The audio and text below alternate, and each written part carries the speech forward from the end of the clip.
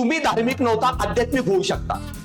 Okay, मी निबंध शिकवताना ethics मध्ये इतक्या वेळा ही गोष्ट बोललेलो मी, की हा निबंध दोनच लोकांवर आहे. Okay, you can be spiritual without Bing religious. आणि मी आधी सांगितलं की धार्मिक होण्यासाठी, आध्यात्मिक होण्यासाठी धर्माची गरज नाही.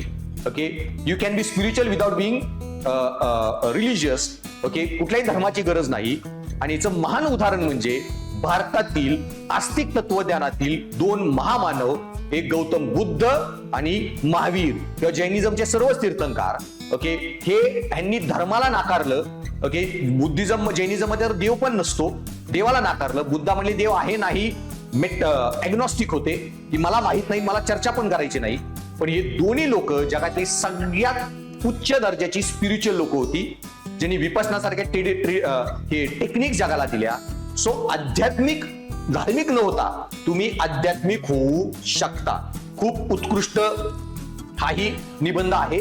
मग त्याच्यामध्ये आध्यात्मिक आणि धार्मिक. ओके, त्याच्यामध्ये मग धर्म म्हणजे काय हे तुम्हाला आधी चर्चा करायची. मग निबंधाच्या सुरुवातीला तुम्हाला डिकोडिंग करताना सुरुवातीला अध्यात्म म्हणजे काय याच्यावर चर्चा करा, धर्म म्हणजे काय याच्यावर चर्चा करा.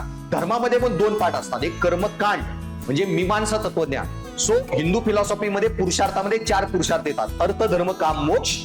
आणि याच्यामध्ये अर्थ धर्म काम मोक्ष मध्ये, मोक्ष मध्ये परत 2 फिलॉसॉफी येतात. आस्तिक मध्ये 6 तत्वज्ञान येतात, सांख्य, न्याय, योग, वैशिका, मीमांसा, वेदांता.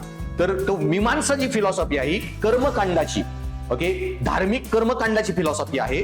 आणि धार्मिक अध्यात्माची फिलॉसॉफी म्हणजे वेदांत. आणि ज्यांनी धर्मच मानला नाही पण अध्यात्म मानलं ते नास्तिक फिलॉसॉफी मध्ये येतात, बुद्धिझम, जैनिझम, अजीविका, चार्वाक. तर त्याच्यामध्ये बुद्धिझम, जैनिझम जे आध्यात्मिक पण धार्मिक नाही. कर्मकांडाची जी थिअरी होती, मीमांसा, जैमिनी त्याचे गुरु होते, तो नुसता कर्मकांड, होम हवन यज्ञ वगैरे, ते धर्मामधलं कर्मकांड, एक धार्मिक कर्मकांड झालं, ती मीमांसा तत्वज्ञान. आणि दुसऱ्या बाजूला होतं अध्यात्म धार्मिकतेचं मिलन, वेदांत तत्वज्ञान. तर ते तुम्ही कन्क्लुजन मध्ये लिहू शकता.